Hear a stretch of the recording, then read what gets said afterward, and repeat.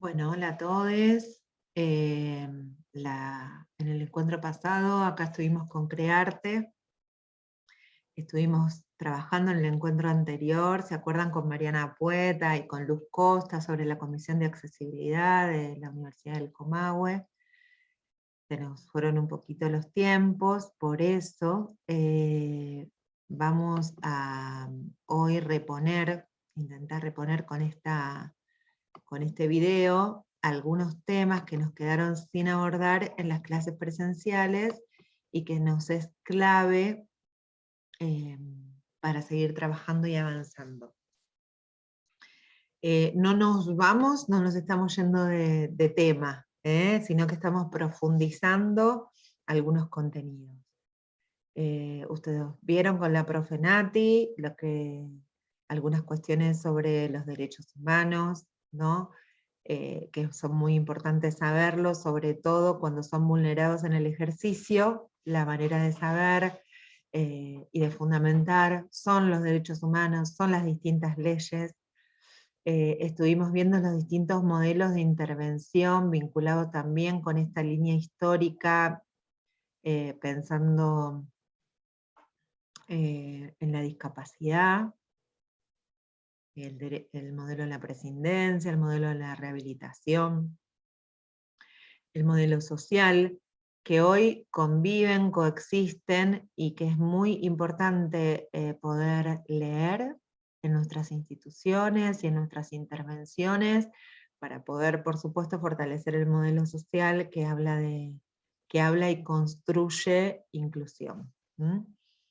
Espero que cuando vean este video ya hayan también leído Vidas Arrasadas, que es lo que vamos a trabajar un poquito hoy, y que es clave para que puedan entender. Nos preguntamos, las dos preguntas que vamos a trabajar hoy, es si existe la cronicidad, esto es los pacientes crónicos, si existe la cronicidad, y por otro lado profundizar un poco más qué es esto de la desmanicomialización, ¿no? Que muchas veces que lo decimos en relación a las leyes, que son tanto a nivel nacional como a nivel provincial, pionera Río Negro en esta perspectiva de desmanicomialización, pero bueno, ¿de qué estamos hablando cuando hablamos de desmanicomialización? Muchas veces cuando pensamos en lo crónico, lo ponemos como oposición crónico a agudo, ponemos algo como que se sostiene en el tiempo y lo asociamos a esto de la imposibilidad de curación. Si buscamos en el diccionario, crónico es progresivo deterioro de la persona o la existencia de síntomas residuales que condicionan la vida de esa persona. Entonces, para también poder pensar cómo la manicomialización fue construyendo cronicidad en relación a la salud mental, y hoy, por lo menos, tiene que estar en tela de juicio. Cuando hablamos de desmanicomialización, no solamente hablamos de el manicomio como estructura edilicia, ¿no? Estamos organizando para que podamos ver también un documental que se llama Desmontar la máquina, que trae ejemplos de distintos lugares de nuestro país, de este proceso de desmanicomialización. Y un poco lo que plantean es esto, que la desmanicomialización no solo tiene que ver con que no existan más los manicomios, esos muros, sino con una manera de intervención vinculada a la salud mental, donde es sumamente jerárquico, autoritario, ¿no? Impuesto en relación a las cuestiones de tratamiento. Y en esto lo asociamos a estos distintos modelos, que no tiene que ver con esto de normalizar, sino de incluir. El manicomio es una máquina de aislar. Bien. La desmanicomialización piensa la cura, o si no es la cura, el tratamiento, ¿no? En comunidad, no vinculada al encierro, no vinculada al aislamiento. Sin libertad no hay salud mental. Pensémonos a nosotros como en algún momento que hayamos estado por un periodo largo, o si conocemos alguna familiar internado, cómo la institucionalización deteriora un montón de cuestiones subjetivas, anímicas de cada uno y cada una de nosotros. Vidas arrasadas, para decir con todo el título, la segregación de las personas en los asilos psiquiátricos argentinos, es un informe sobre derechos humanos y salud mental, un informe de situación que construye el CELS, que es el Centro de Estudios Legales y Sociales, que está incorporado en instituciones internacionales donde se evalúa la cuestión de derechos humanos y salud mental. Este texto, que si lo habrán leído, vieron lo duro que es, porque muestra crudamente la realidad numéricamente, digamos, cuantitativamente y cualitativamente. Dice, aproximadamente 25.000 personas están detenidas en instituciones psiquiátricas argentinas. Cuando hablamos de las detenciones involuntarias, ¿por qué avisarle al juez? ¿No? Que tenía que ver con esto de la privación ilegítima de la libertad, los derechos humanos. El 80%, dice Vidas Arrasadas, de las personas son encerradas durante más de un año y muchas lo son de por vida. 2/3 de las camas psiquiátricas pertenecen al sistema público y el 75% de las personas en el sistema público de salud mental se encuentran detenidas en instituciones de 1.000 camas o más. Para que veamos también la despersonalización en relación a los posibles tratamientos. Entre el 60 y el 90% de las personas detenidas en las instituciones son pacientes sociales. O sea, como muchas veces la pobreza, la vulnerabilidad, la falta, por ejemplo, de un techo, potencia, a veces no hay mucho límite, el deterioro, ¿no? En la cuestión de la salud mental.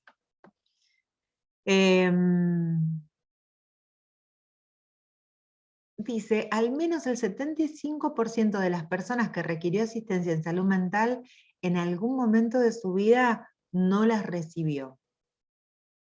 Todos y todas y todes en algún momento de nuestras vidas necesitamos y somos usuarios de salud mental. La salud mental es comunitaria y se construye y se acompaña, digamos, entre todes.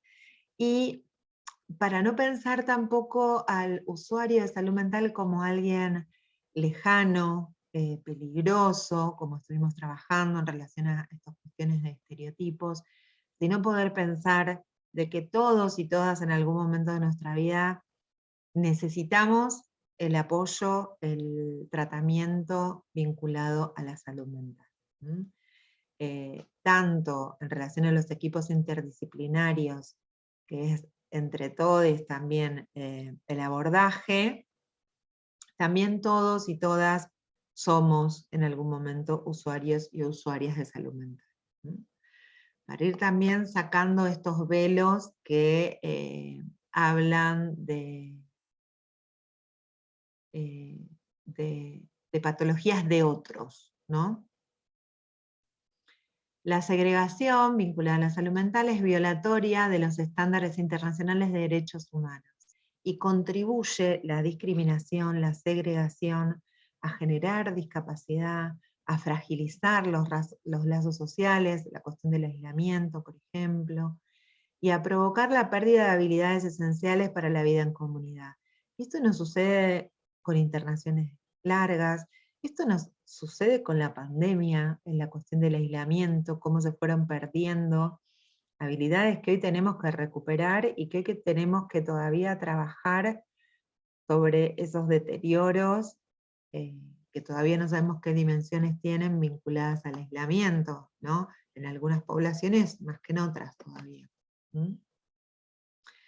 La detención arbitraria, ¿no? Esto que ya habíamos ahí empezado a esbozar, de que las leyes nacionales hablan de internación involuntaria, muchas veces hay que fijarse esta cuestión de cómo son las protecciones, que tiene que ver con la cuestión judicial de estas detenciones involuntarias, y si son, porque es necesario que otros vean si realmente son necesarias.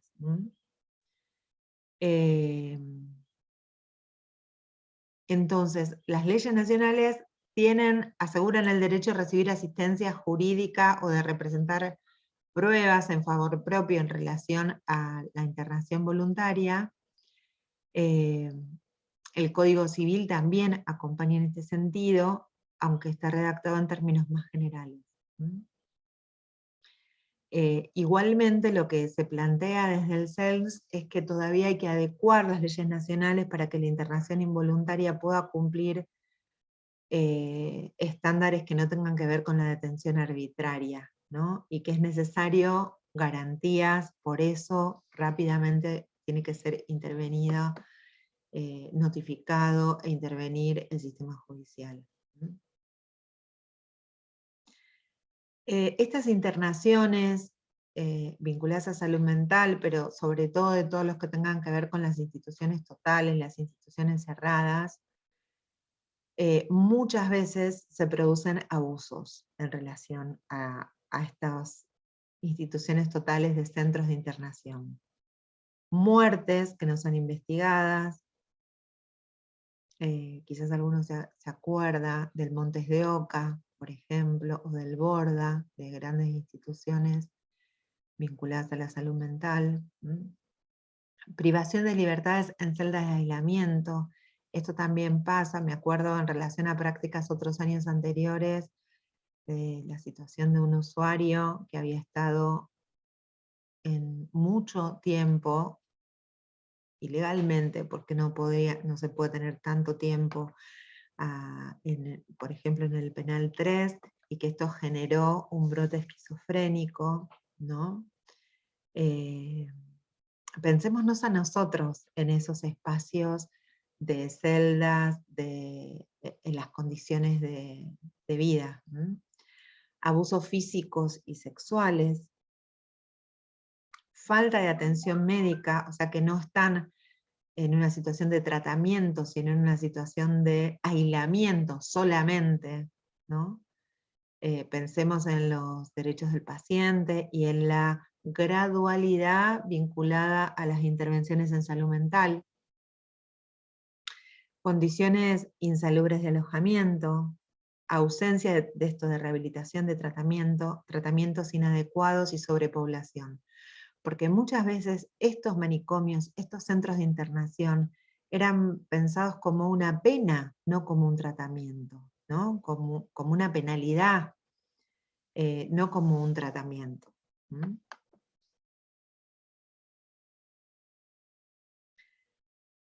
Muchos en estas instituciones psiquiátricas argentinas se vulneran derechos. Hoy nuestra provincia, Río Negro, por esta cuestión de la ley provincial de salud mental, con muchos años de anticipación a la nacional, estamos en una situación mucho mejor, pero todavía hoy sigue habiendo instituciones psiquiátricas muy parecidas a la cuestión manicomial que se están desarmando. Pero vuelvo al principio, no solamente tienen que desarmarse los manicomios, sino todo lo que tiene que ver como con el trato manicomial, donde hay vulneración de derechos, donde hay autoritarismo, donde hay hegemonía.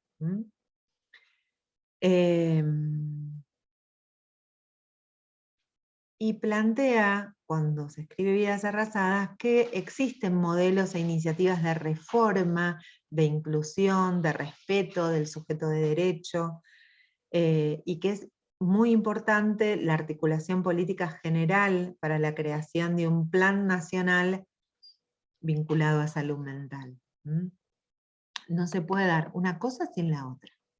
O sea, el desarmado de los manicomios, ¿no? Pensamos en estos modelos también, es necesario que se dé desde otras estrategias de inclusión. Pensemos en los dispositivos de medio camino, que plantea la ley. Entonces, en base a, bueno, espero que hayan leído Vidas Arrasadas, ¿no? A estos casos tan particulares y detallados, tan minuciosos en las condiciones de vida que plantea, planteando el panorama, hace algunas recomendaciones.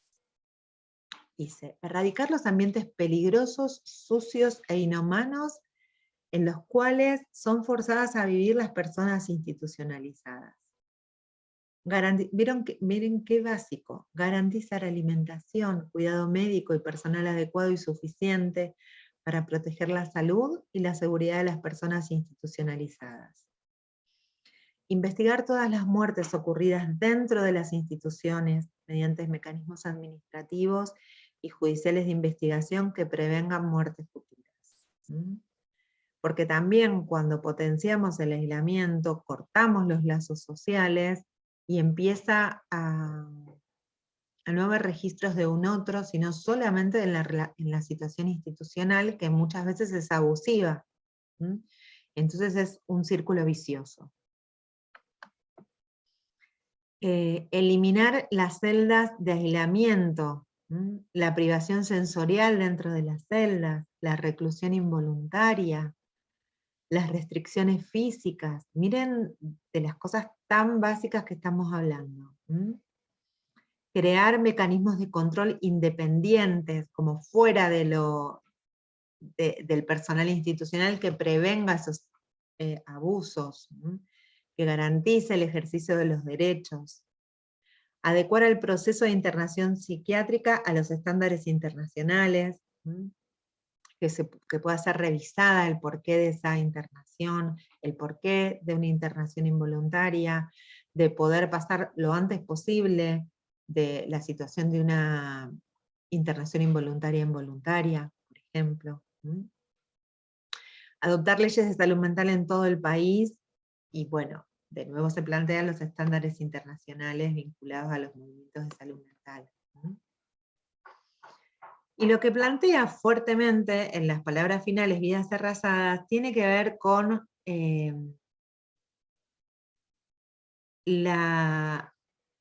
el ejercicio de los gobiernos vinculados a la salud mental.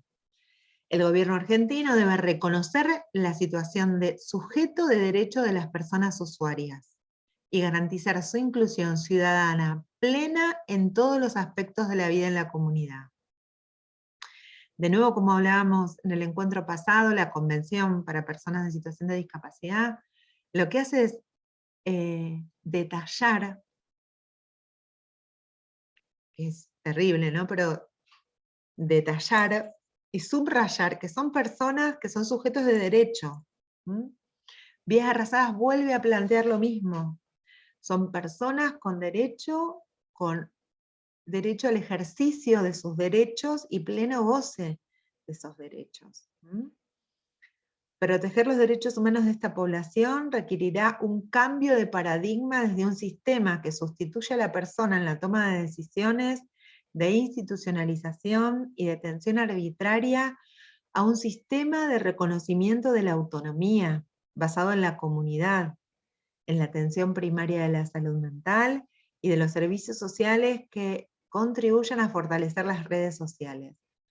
Fuertemente plantea este cambio de paradigma vinculado a un modelo social, donde lo que propicia son apoyos, son accesos, ¿no? A veces de otras maneras, pero no a suplantar la toma de decisiones que es del otro. La pérdida de autonomía.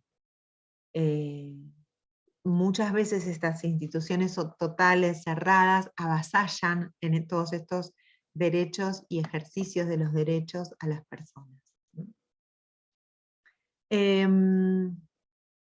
Algo importante, tanto en la Convención para las Personas con Derechos de Discapacidad, que fue escrita, propiciado y militado por personas en situación de discapacidad y sus familias, también quiero traer acá, vinculado específico a salud mental, la red FUB, que es la red de usuarios, familiares y voluntarios, estudiantes y profesionales, por personas e instituciones en la Argentina, para trabajar los derechos de las personas con padecimiento mental.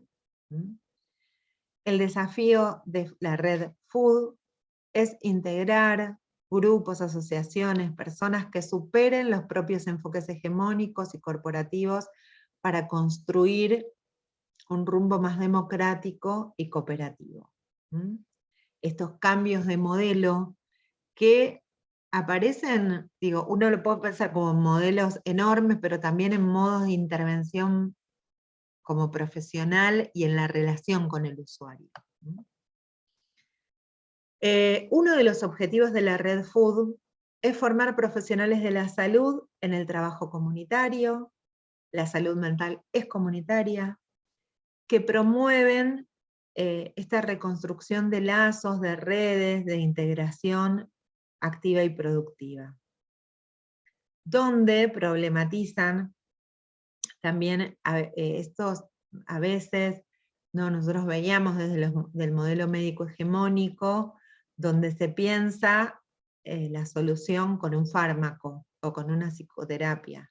Bueno, no basta esto. Por supuesto que muchas veces es necesario, pero no basta, sino que son necesarias otras redes comunitarias de sostén, acompañamiento y de propiciar salud mental. Bien. En Río Negro, como ya estuvimos viendo en distintas clases, en 1991 se aprueba la ley 2440, donde establece que las personas con enfermedades mentales están insertos en hospitales monovalentes, por ejemplo acá en el Hospital Zonal, y habla la ley de reinserción social. Yo lo puse entre signos de pregunta, ¿por qué? Para que revisemos un poquito, que a veces es un poco obsoleto esta expresión de reinserción social, ¿no?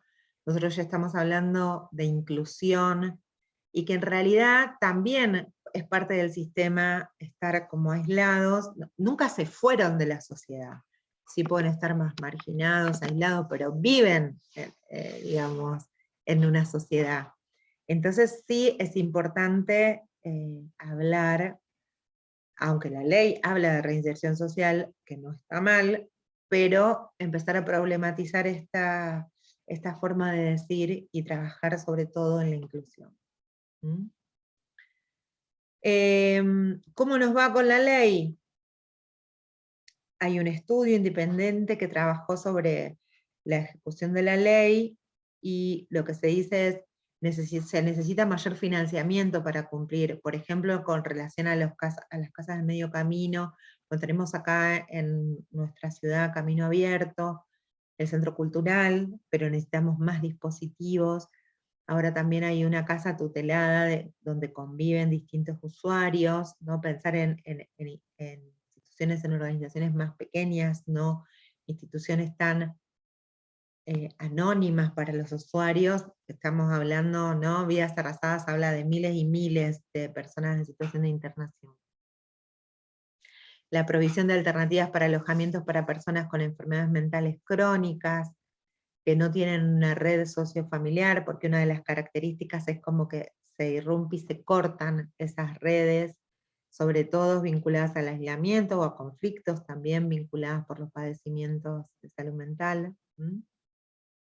Las personas usuarias no eran adecuadamente involucradas en la toma de decisiones en relación a los servicios. Bueno, si nosotros tuviéramos más opciones para ofrecer, por ejemplo acá, y no solo camino abierto, para que ellos puedan decidir qué espacio.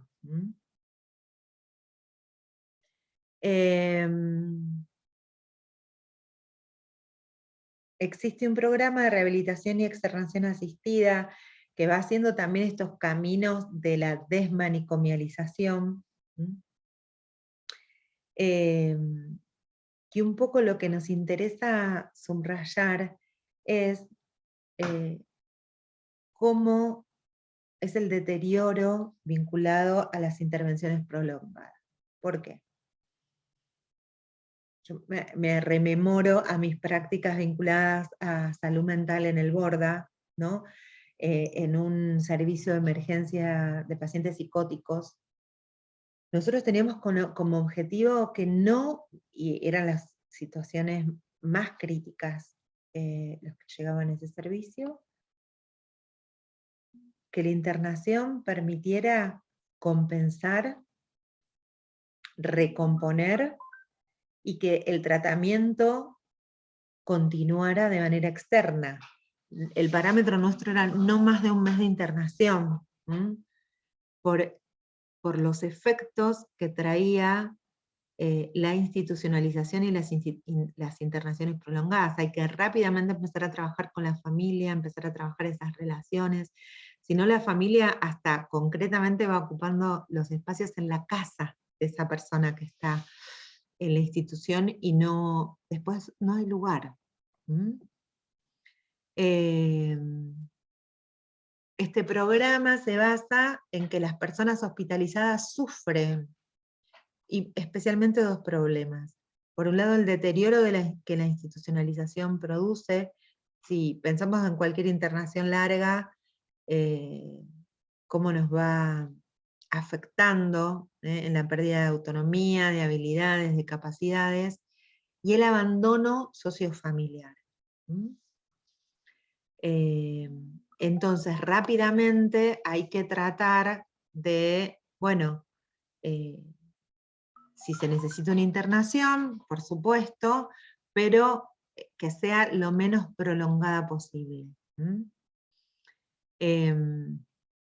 La ley de salud mental a nivel nacional también prevé un órgano que va supervisando estas internaciones, sobre todo involuntarias, donde está involucrado el sistema judicial, prohíbe la creación de nuevas instituciones manicomiales y promueve progresivamente la desinstitucionalización.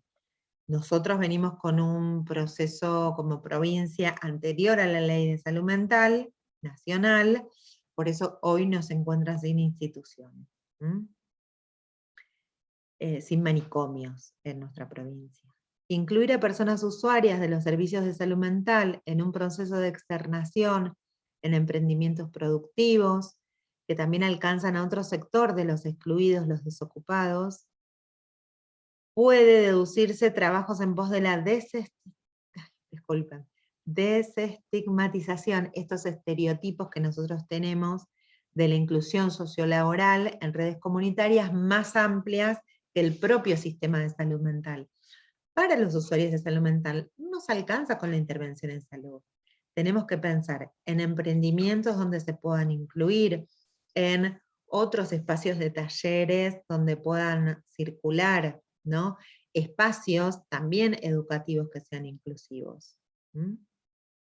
Por eso reforzamos que la salud, digamos, tiene por supuesto una intervención específica del área de salud, pero se necesita a toda la comunidad vinculada y interviniendo en la prevención, en la promoción y en la inclusión de las personas con padecimiento mental. Bueno, no es un tema que quedamos acá, vamos a trabajar Nati va a trabajar en las próximas clases también sobre las situaciones de crisis. Pero bueno, me parece importante subrayar esto, que la salud mental es comunitaria, que debido a la complejidad de las intervenciones de salud mental necesitamos equipos interdisciplinarios y que todos y todas y todos en algún momento de nuestras vidas somos usuarios de salud mental. Bueno, quedo a disposición para cualquier consulta, para cualquier intercambio. Muchas gracias por la atención.